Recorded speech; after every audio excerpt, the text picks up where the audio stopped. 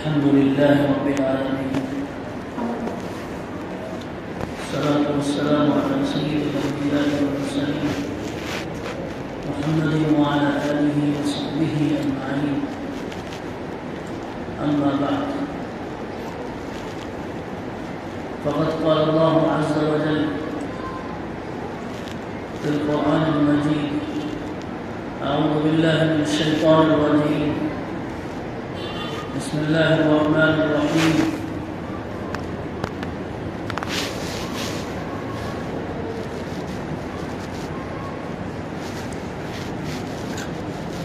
الحمد لله رب العالمين، الرحمن الرحيم، مالك يوم الدين، إياك نعبد وإياك نستعين، اهدنا الصراط المستقيم، صراط الذين أنعمت عليهم غير المغضوب عليهم ولا الضالين. صدق الله العظيم.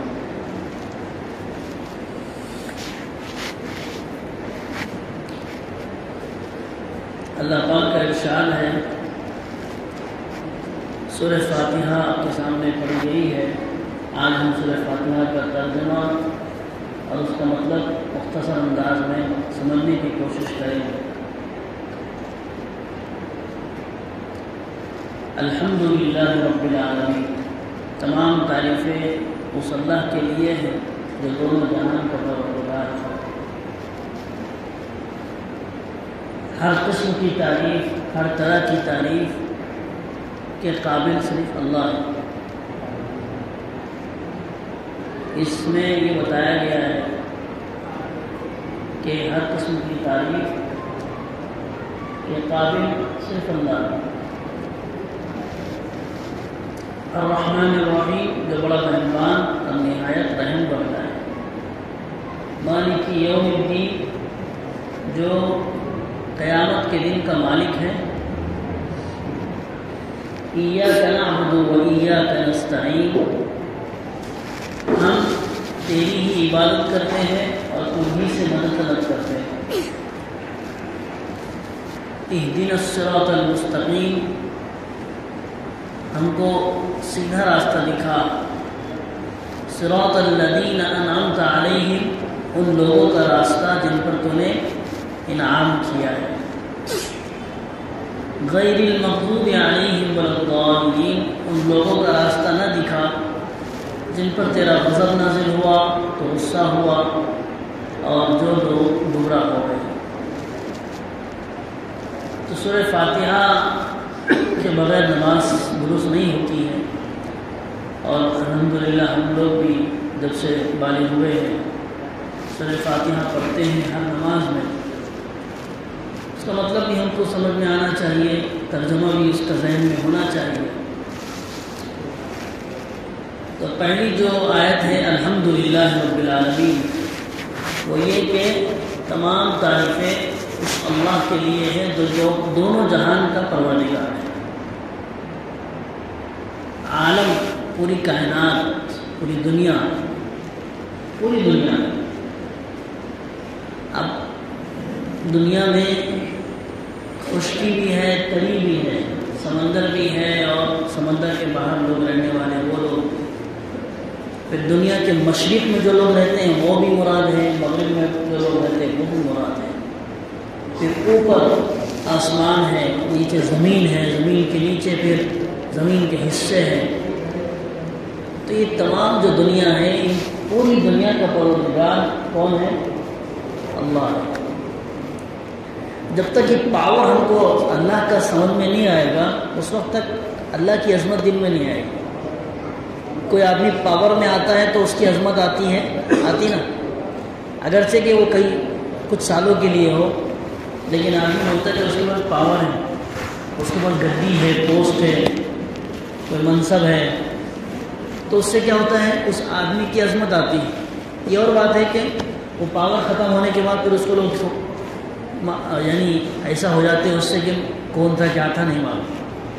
لیکن وہ عظمت کی وجہ سے آتی، پاور کی وجہ سے. ایک مثال ہے ادنا سی، وہ اللہ سے میل نہیں کھاتی، وہ مثال جڑتی نہیں، لیکن سمجھ میں آنے کے لیے بات سمجھ میں آ جائے اس لیے میں پیش کر رہا ہوں.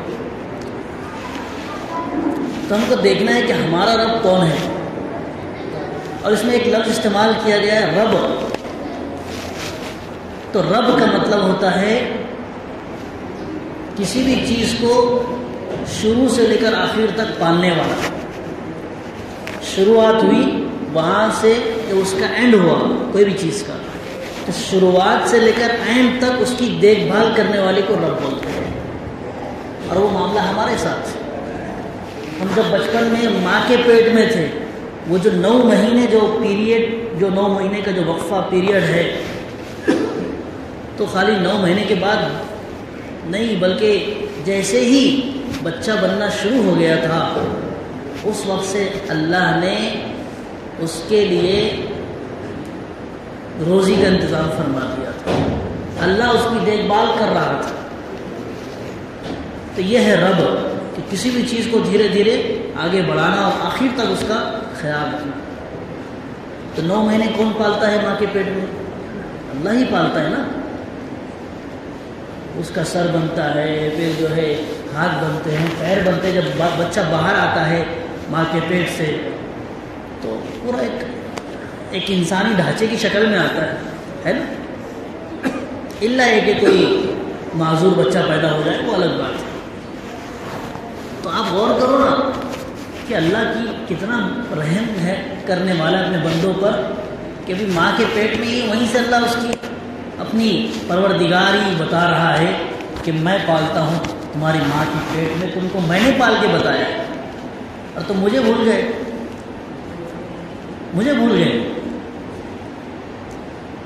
پھر 9 مہینے ہو گئے. پھر اس کے بعد 9 مہینے کے بعد ماں کی چھاتیوں میں دودھ کون جاری کرتا ہے؟ دنیا کی کوئی طاقت نہیں. اگر کسی عورت کو دودھ نہ آ رہا ہو تو کوئی مشین ایسی نہیں ہے اس کے چھاتی میں دودھ لا کر دکھا دے. اسی لیے تو پھر دایا لگائی جاتی ہیں، اور وہ شریعت میں پورا چیپٹر ہے رضائی ماں کا. رضائی ماں جانتے ہو نا؟ وہ ماں جس نے بچپن میں دودھ پلایا ہو، وہ سگی ماں نہیں ہوتی. وہ ماں اس لیے بن جاتی ہے کہ اس نے اپنے اس بچے کو دودھ پلایا ہے، اس لیے وہ ماں بن گئی. ماں کا درجہ شریعت نے اس کو دے دیا. اور جو رشتہ ماں کا ہے حلال اور حرام کا، وہ سب رشتہ شریعت نے اس رضائی ماں کے ساتھ جوڑ دیا. اب اس کے بچوں سے شادی نہیں کی جا سکتی ہے. اس کے بیٹے سے وہ جس لڑکی کو جو دودھ پلائی تھی اس عورت نے، اس کے لڑکے سے شادی نہیں ہو سکتی، اس لیے کہ وہ بھائی بہن ہو گئے. تو یہ ہے نظام. اللہ کی طاقت کے آگے کوئی طاقت نہیں کام نہیں کر سکتی. یہ یقین ہمارا نہیں ہے مضبوط، کمزور، سالڈ. تو سارے احکام وہ رضائی ماں کے ساتھ شروع ہو جاتے ہیں. ہوتے کہ نہیں ہوتے؟ پھر ماں کی چھاتیوں میں دودھ لانا، پھر برابر 2.5 سال یا 2 سال میں ماں کی چھاتی سے دودھ بند کر دینا. پھر اس کے بعد اب تک ہم زندہ ہے، اللہ ہماری پرورش کر رہا ہے. اللہ ہمیں برابر یہ مشین جو لگائی تھی، کان کی، آنکھ کی، ہاتھ پیر کی، سب برابر چالو ہے. کیسی مشینیں؟ ان مشینوں کی اگر کروڑوں روپے بھی اگر ہم قیمت دے دیں تو برابری نہیں کر سکتے. ہر مشین الگ الگ ہے ہمارے اندر فٹ، ہاتھ کی، آنکھوں کی، کانوں کی. جب ضائع ہو جاتے تو کیا ہوتا؟ واپس آتی کیوں؟ کسی کی آنکھ اگر ضائع ہو جائے حادثے میں، پیر ضائع ہو جائے، یا کوئی اور جسم کا کوئی حصہ اگر تلف ہو جاتا ہے، ہلاک ہو جاتا ہے، تو واپس لاتا کہ انسان نہیں لا سکتا. پھر لنگڑا ہے تو لنگڑا ہی رہے گا، بہرا ہے تو بہرا ہی رہے گا، اندھا ہے تو اندھا ہی رہے گا. کروڑوں روپیے بھی اگر لوگ خرچ کر دے تو وہ واپس نہیں آ سکتے. یہ سب اللہ ہی تو چلا رہا ہے. یہ رب ہے، رب. الحمدللہ رب العالمین، رب العالمین. اور صرف میرے کو آپ کو نہیں، یہ جتنے بیٹھے ہیں 50-60 ان کو نہیں پال رہا اللہ. ایسی تعداد جو گن بھی نہیں سکتے، وہ اتنی تعداد ایک اکیلا اللہ پال رہا ہے. پال رہا ہے. پالنا یہ لفظ یاد رکھیے. بولتے نا تم میرے ٹکڑوں پہ پلے ہوئے ہو. یہ پالنا بہت زبردست لفظ ہے. اسی لیے کسی کو تانا دینے کے لیے کہا جاتا ہے تم میرے سامنے آواز مت کرو، تم ہمارے ٹکڑوں پہ پلے ہوئے ہو. تو اللہ ہم 50 کو نہیں پال رہا، 50 کروڑ ارب خرب لوگوں کو پال چکا ہے، پال رہا ہے اور آگے قیامت تک پالنے والا ہے۔ یہ ہے رب کا پاور، یہ ہے رب پروردگار۔ اچھا ابھی تو انسانوں کی بات ہوئی، اب جانور ہو گئے کتنے؟ 2 مخلوق۔ کتنی مخلوق ہے؟ 18,000 مخلوق ہے نا؟ 18,000 مخلوق کو اللہ پال رہا ہے، سبحان اللہ سبحان اللہ۔ تو یہ جب چیزیں ہمارے ذہن میں ہوں گی نا، اللہ کی عظمت، اللہ کون ہے، اللہ کا تعارف، وہ رب، ہم دوسروں کو چھوڑیں، خالی اپنی ذات پر غور کر لیں کہ اللہ مجھے پال رہا ہے، مجھے اللہ نے کیا کیا نعمتوں سے نوازا ہے، بس اللہ تک ہم پہنچ جائیں گے، اللہ کی معرفت ہم کو نصیب ہو جائے گی، محبت نصیب ہو جائے گی، اللہ کا تعلق نصیب ہو جائے گا، بس یہی کافی ہے ہمارے لیے۔ الحمدللہ رب العالمین۔ اور وہی الحمدللہ ہم لوگ ہر نماز میں سورہ فاتحہ میں اس رب کی تعریف کرتے ہیں۔ اللہ نے تعریف سکھائی ہے، ہم تو ایسے ناکام نکمے لوگ ہیں کہ اللہ نے خود ہم کو اپنی تعریف سکھائی، ہم کو تو تعریف کرنا بھی نہیں آتا اللہ۔ الحمدللہ رب العالمین۔ اور اس کے بعد ہے الرحمن الرحیم۔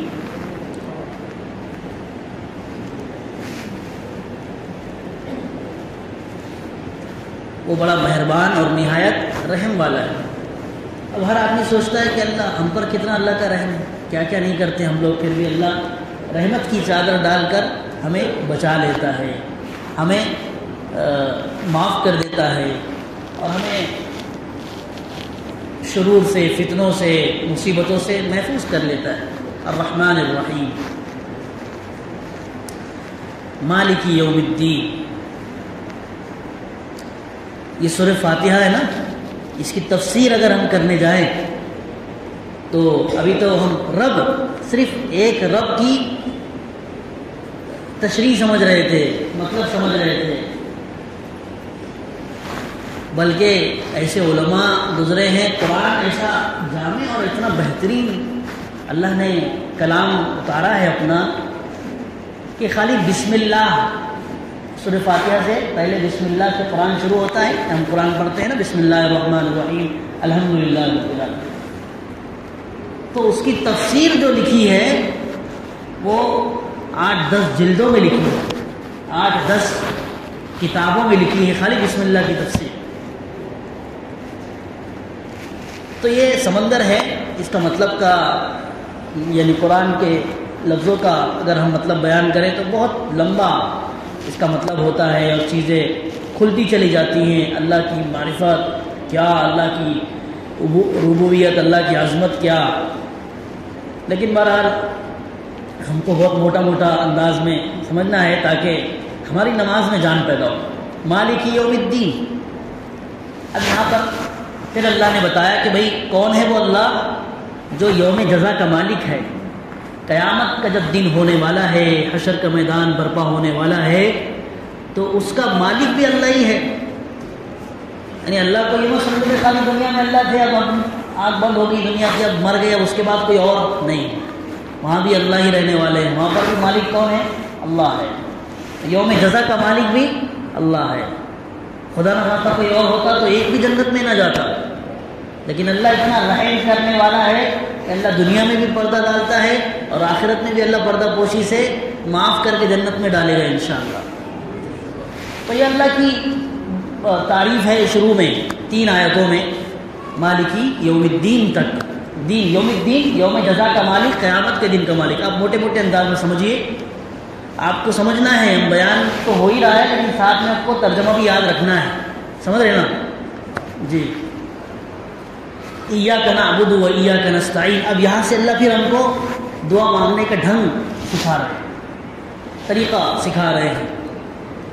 اس میں ایک چیز ہم خود اقرار کرتے ہیں کہ اللہ ہم تیری ہی عبادت کرتے ہیں، ایاک نعبد، ہم تیری ہی عبادت کرتے ہیں، وہ ایاک نستعین، اور تجھی سے مدد طلب کرتے ہیں، لیکن ہم اس میں بہت کمزور ہیں، ہم عبادت بھی نہیں کرتے اور اللہ سے مدد بھی طلب نہیں کرتے، خالی ہم بولتے ہیں، ہے نا، کوئی مسئلہ پیش آتا تو ہم کسی اور کے پاس جاتے ہیں، یا کسی اور کو سمجھتے ہیں کہ وہ ہماری ضرورت پوری کرے گا، مسئلے کو حل کرے گا. یہ اس کے خلاف ہے، وَإِيَّاكَ نَسْتَعِينُ کے خلاف ہے. تو ترجمہ ہم کو معلوم ہے، لیکن وہ زندگی میں نہیں ہے، ہمارے عمل پہ نہیں ہے. عبادت بھی کہاں کرتے ہم لوگ؟ جمعہ کے دن آتے ہیں، کبھی دن بولا تو مغرب پڑھ لیتے ہیں، اور دن بولا تو پھر ایک آدھ 2-4 نماز ہفتے میں پڑھ لیتے ہیں. ہاں جمعہ اہتمام سے پڑھتے ہیں. تو اللہ کی عبادت کہاں سے ہوئی؟ یا کہنا یہ تو وہ شخص بول سکتا ہے جو 5 وقت کا نماز کا پابند ہو، اللہ کے پورے احکامات اس کی زندگی میں ہو، تو وہ بول سکتا ہے کہ ہاں اللہ میں تیری عبادت کرتا ہوں. تب آپ جب یہ جمعہ کے دن اگر آپ نے یہ پڑھ لیا ایاک نعبد و ایاک نستعین، کوئی ایک شخص بھی ایسا سورہ فاتحہ کی تلاوت کر رہا ہے نماز میں، ایاک نعبد و ایاک نستعین، اور اس کا ترجمہ اس کے ذہن میں آیا کہ اللہ ہم تیری عبادت کرتے ہیں اور تجھی سے مدد طلب کرتے ہیں، اور وہ شخص ایسا ہے کہ وہ نہ بہت کم نماز پڑھتا ہے اور بہت کم اللہ کے سامنے جھکتا ہے، مصیبت پریشانی اللہ کے سامنے رکھتا ہے، تو ترجمہ ذہن میں رہنے کی وجہ سے اس کے اندر کچھ اس کا ضمیر جاگے کہ نہیں جاگے گا کہ نہیں یار میں تو عبادت بہت کم کرتا ہوں، اور میں یہاں کیا بول رہا ہوں، ہم تیری ہی عبادت کرتے ہیں اور تجھی سے مدد طلب کرتے ہیں.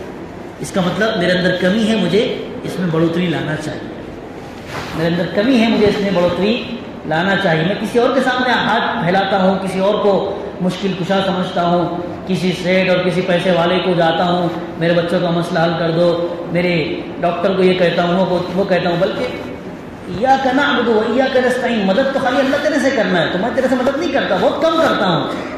جب بہت ایک دم آڑی میں آ جاتا ہوں، بہت زیادہ پریشان، تو پھر مسجد ہم کو نظر آتی ہے 2 رکعت ایک دم خشوع خضوع کے ساتھ. وضو جہاں ہم کرتے تھے 2 منٹ میں، 10 منٹ میں وضو ہوتا ہے اور آدھے گھنٹے میں 2 رکعت نماز ہوتی ہے. کب؟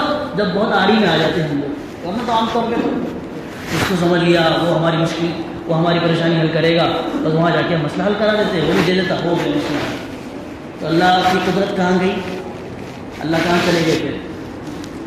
تو یہ ترجمہ یاد رکھیں گے نا تو اس سے کیا ہوگا کہ چیزیں ذہن میں آئیں گی اور پھر انشاءاللہ زندگی میں کچھ تبدیلی آ سکتی ہے. تو یہ 3 چیزیں انشاءاللہ پھر آگے سے اہدنا الصراط سے لے کر غیر المغضوب علیہم ولا الضالین تک میں ترجمہ کر دیتا ہوں. پھر سے کیا تھا میں نے شروع میں، واپس کرتا ہوں، اور اس کا مطلب اگلے ہفتے میں سنیں گے. اہدنا الصراط المستقیم. پھر آگے اللہ ہمیں خود بتا رہا ہے کہ تم کو کیا کرنا ہے، دعا مانگنا ہے کہ اللہ ہم کو سیدھا راستہ دکھا، سیدھے راستے کی توفیق دیا کر. اللہ ہم تیرے سے بھیک مانگتے ہیں سیدھے راستے کی. اب کن کا راستہ؟ صراط الذین انعمت علیہم، ان لوگوں کا راستہ، ان لوگوں کے راستے پر چلا جن پر تو نے انعام کیا. اب وہ کون ہے؟ تو قرآن نے اس کی دوسری جگہ تفسیر کی ہے، من النبیین والصدیقین والشہداء والصالحین. نبیوں والا راستہ، سچوں کا راستہ، اور صالحین اور نیک لوگوں کا راستہ اور شہید لوگوں کا راستہ، یہ ان پر تیرا ہمیشہ انعام رہا ہے. بس یہ جن راستوں پر چلے ہیں اور تیری فرما برداری کے مطابق زندگی گزاری ہے، اللہ ہم بھی چاہتے ہیں کہ ان کے راستے پر ہمیں بھی چلا دیں. یہ دعا مانگتے ہیں اب نماز میں. پھر اللہ نے آگے وہ بھی فرمایا ان لوگوں کے راستے پر چلا، غیر المغضوب علیہم ولا الضالین، ان لوگوں کے راستے پر نہ چلا جن پر المغضوب علیہم، جن پر تیرا غصہ نازل ہوا، ولا الضالین، اور جو سیدھے راستے سے بھٹک گئے ان کے راستے پر اللہ ہمیں نہ چلا، ان کو اس راستے سے ہماری حفاظت کر. اتنی بہترین دعا ہے کہ نہیں دعا؟ تو سورہ فاتحہ میں اللہ کی تعریف بھی ہے اور اللہ نے ہمیں دعا بھی سکھائی ہے کہ ظاہر انسان ہے، غلطیوں کا پتلا ہے، غلطی ہو جاتی ہے، تو ہر نماز میں آئے گا تو اس نے جو غلطی کی ہوگی فجر کے بعد سے ظہر کے درمیان میں، تو وہ آ کے اللہ سے دعا مانگ لے گا، اللہ میں غلط راستے پر چلا گیا، اب مجھے سیدھا راستہ دے دے. تو سیدھا راستہ ملے گا کہ نہیں ملے گا؟ اور نماز زیادہ سے زیادہ پڑھیں گے تو سیدھے راستے پر رہیں گے کہ نہیں رہیں گے؟ لیکن ہم نماز ہی نہیں پڑھتے تو وہ دعا بھی نہیں ہوتی، وہ دعا نہیں ہوتی تو برابر غلط راستے پہ چلے جا رہے ہیں، پوری زندگی غلط راستے پر چلی جا رہی ہے کہ نہیں؟ بات صحیح عقل میں آئی، دماغ میں آئی بات کیسی بہترین صورت اللہ نے ہمیں بتائی ہے، نبی نے بتائی ہے، تو کریں گے انشاءاللہ عمل۔ اللہ ہم سب کو اور پوری امت مسلمہ کو قرآن کو سمجھ کر پڑھنے کی اور اس پر عمل کرنے کی توفیق عطا فرمائے۔